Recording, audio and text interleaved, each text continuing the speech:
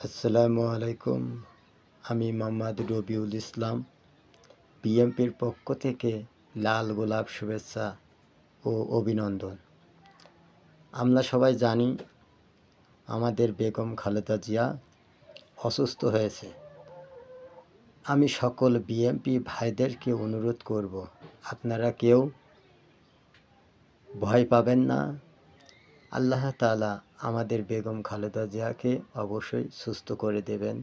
আপনারা বেশি বেশি করে তার জন্য দোয়া করুন। এই ছাড়া আমাদের কিছু করার নাই।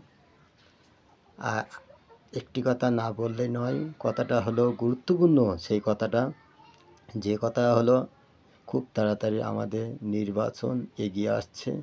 আমরা কোনোভাবে নির্বাচন থেকে পিছিয়ে যাব না। যে কোনোভাবে হোক আমাদের নির্বাচন থেকে আমাদের জয়লাভ করতে হবে। এই বলে আমার বক্তব্য এখানে শেষ করলাম। আসসালামু আলাইকুম। সকল বিএনপি ভাইদেরকে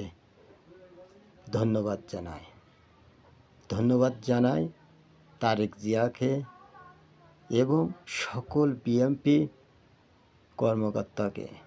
আসসালামু আলাইকুম।